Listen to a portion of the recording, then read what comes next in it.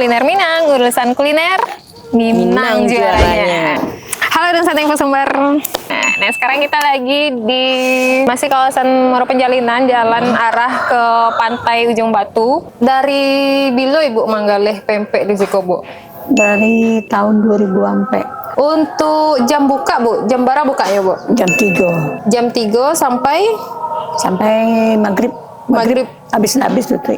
Apa Menu dulu dulu menunya?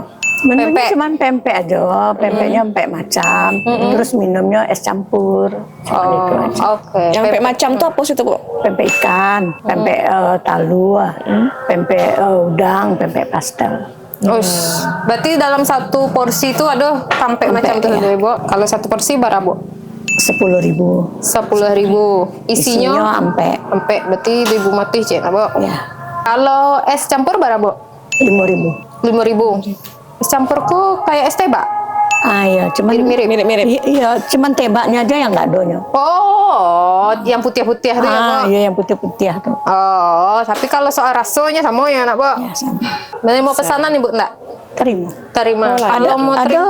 untuk barale orang pesan kadangan, ada yang ulang tahun, ada yang arisan. Kalau nih pesan, kamu pesannya, Bu?